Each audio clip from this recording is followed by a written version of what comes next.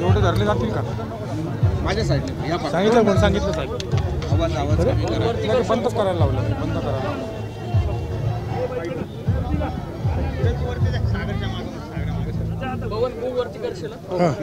काय पाहिजे तुम्हाला आता एकच कोणतरी बोला रे अभिवादन केलंय साहेब आज आणि काही नाश्ता केलेला आहे अजूनही अशा पद्धतीचं इतकं मोठं काम करून सुद्धा आव्हान करण्याचं असं आहे ना की सावित्रीबाई फुले यांचा उद्या जन्मदिवस आहे आणि त्यानिमित्तानं आपण पाहतो आहोत की नाशिक शहरामध्ये सावित्रीबाई फुले आणि महात्मा ज्योतिराव फुले यांचे अतिशय उत्तुंग असे अर्धपुतळे उभे राहिलेले आहेत आणि त्यानिमित्तानं त्यांना अभिवादन करण्यासाठी आम्ही सगळे आज इथे जमा झालो आहोत। उद्या नायगावला त्यांच्या गावी जन्मगावी गेली 20-22 वर्ष मी सतत जात असतो आम्ही कार्यक्रमासाठी तिथे मी जाणार आहे। सावित्रीबाई फुलांनी जे शिक्षणाचं काम केलं जे प्लेगमध्ये जे आहे लोकांची सेवा करीत करीत स्वतःच्या प्राणाचं बलिदान दिलं अशा अनेक गोष्टी ज्या आहेत एक दोन नाही अनेक गोष्टी ज्या आहेत सावित्रीबाई फुले आणि महात्मा ज्योतिराव फुल्यांनी केले। जे मागासवर्गीय आहे दलित आहे त्यांना स्वतः पाणीसुद्धा लोक प्यायला देत नव्हते त्यांना स्वतःचं विहीर ओपन करून दिली उघडी करून दिली पाणी पाजलं त्यांच्याबरोबर जेवण घ्यायला लागले। शिक्षण सगळ्यांचा अधिकार आहे ते हंटर आयोगाला त्यांना सुद्धा त्यांनी तेच सांगितलं सगळ्यांना शिक्षण द्या कृषी शिक्षण द्या अमुक करा तमुक करा आणि 1-2 गोष्टीमध्ये आज सरकार जे जे करते आहे जनतेसाठी त्यातली प्रत्येक गोष्ट जवळपास जी आहे ही महात्मा ज्योतिराव फुल्यांनी सांगितलेली आहे। ती शेतकऱ्यांच्या आसूडमध्ये आहे गुलामगिरीमध्ये आहे इतर पुस्तकं त्यांची जी आहेत त्यांच्यामध्ये आपल्याला ते सापडतील। मग पाण्याचं व्यवस्थापन वेगवेगळी धरणं बांधणं त्याचे कालवे करणं हायब्रिड जे आहे वापरणं दूध उत्पादन कसं वाढवायचं ते औद्योगिक शिक्षण द्या कृषी शिक्षण द्या हे सगळं जे आहे आपल्याला पूर्वीच्या महात्मा ज्योतिराव फुल्यांच्या उपदेशामध्ये सापडतं। आता हे खरं आहे की आपला देश मोठा आहे अजूनही स्त्रियांवर अत्याचार होतात अजूनही शिक्षणापासून मुली वंचित राहत आहेत कधी मुलंसुद्धा वंचित राहत आहेत। महाराष्ट्र सरकारनं तर सांगितलं की बा मुलांना तुम्ही कौशल्य शिक्षण घ्या आम्ही तुम्हाला स्टायपेंड देतो 10,000 रुपये महिना मुलींना जर पदवी आणि डॉक्टरी इंजिनिअरिंगचं शिक्षणसुद्धा आपण महाराष्ट्र सरकारनं मोफत द्यायचं कबूल केलं आहे। मला असं वाटतं की ठीक आहे एक पाऊल आपलं पुढं पडतं आहे अगदीच आपण आहे तिथेच आहोत अशातला भाग नाही। आपण पाहतो आहोत आज महिला राजकारणात पुढे आहेत शिक्षणात पुढे आहेत प्राध्यापिका म्हणून काम करत आहेत राष्ट्राध्यक्ष म्हणून त्यांनी काम केलं मुख्यमंत्री म्हणून काम करत आहेत।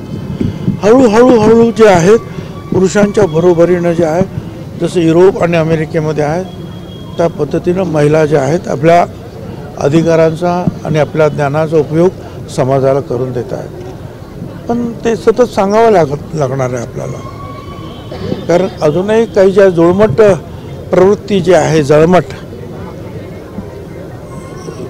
जुन्या अगदी पद्धतीच्या महिलांना तुच्छ मानणार त्यांच्याविरुद्ध ही लढाई चालू ठेवावी लागेल आणि यासाठी वेगवेगळ्या संस्था असतील कार्यक्रम असतील राजकारण असेल याचं साधन म्हणून उपयोग करायला पाहिजे। मीडिया असेल तुम्ही सगळे आहात या सगळ्यांचं साधन म्हणून आपण उपयोग करून घेतला पाहिजे।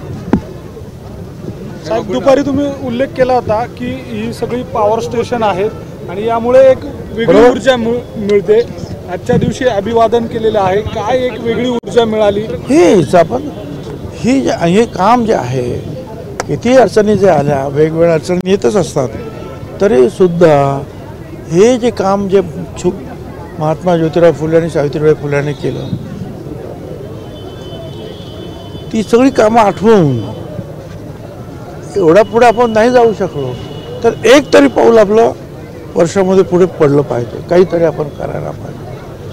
त्यांच्यावर सुद्धा खूप अडचणी सतत येऊन शिक्षणाचं काम जेव्हा त्यांनी सुरू केलं महात्मा फुल्यांनी, सावित्रीबाई फुल्यांनी, पुढे सावित्रीबाई फुल्यांना फातिमा शेख या मुस्लिम महिलासुद्धा भेटल्या आणि त्यांनी सुद्धा काम सुरू केलं. त्यावेळेला आपण पाहिलं ना, अक्षरशः शेणाचे गोळे मारले. बरं, हे शेण फेक करणार, दगडफेक करणार केवळ एका समाजाचे लोक नव्हते, सर्व समाजाचे होते. म्हणजे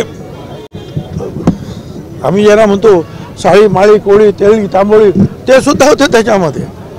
हे चुकीचं आहे की फक्त एका समाजाने, सर्व समाजाने की नाही हे चूक आहे, याच्यामुळे जे आहे धर्मभ्रष्ट होणार आहे, पाप लागणार आहे, हे करणारे लोक होतेच ना. पुतळे सुद्धा त्यांचे उभे करून देत नव्हते. अगदी पुण्यामध्ये सुद्धा पुतळा उभा करायला पाहिजे म्हणून ठराव पास झाला, पण एका माळी समाजाचाच एका माणसाने विरोध केला तिथे असलेला. नाव सांगितलं तुम्हाला आश्चर्य वाटेल की त्याचं नाव सुद्धा भुजबळ होतं. आणि 36 वर्षानंतर तो पुतळा तिथे समोर उभा राहिला. ही सगळी लढाई जी आहे वेळ घेते आहे, पण लढाई सोडून चालणार नाही. हीच ऊर्जा घेऊन जातोय आम्ही. तुम्ही परदेशातून जाऊन आलात, अगदी रिलॅक्स मोडवर आहात, मात्र तुमचे सहकारी तुमच्या पक्षाचे नेते आता परदेशात गेलेले आहेत. उद्याच्या कार्यक्रमाला ते नसतील असं समजतंय. असं आहे, ज्यांना इथं येईल त्यांनी अवश्य आलं पाहिजे.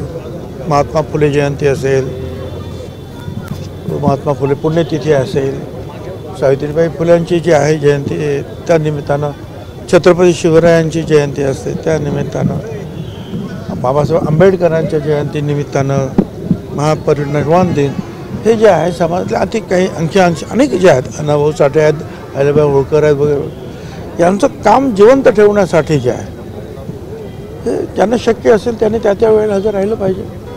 आता उद्यासुद्धा अनेक लोक नायगावला सुद्धा हजर राहणार आहेत, मुख्यमंत्री स्वतः येणार आहेत, दुसरे काही मंत्रीसुद्धा हजर राहणार आहेत. ज्यांना येता येईल त्यांनी यायला पाहिजे. साहेब, गेल्या अनेक वर्षांपासून आपण राजकारणात आहात, वेगवेगळ्या कारणांमुळे आत्ता ही लढाई आपण लढताय.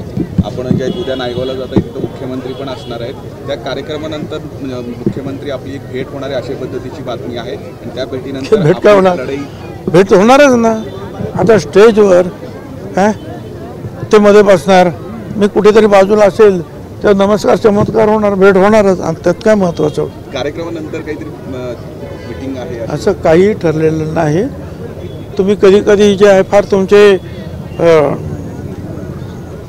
सजेशन्स असतात, सजेस्टिव्ह असतात. हो ठीक आहे, आभारी आहे मी तुमचा. Thank you sir.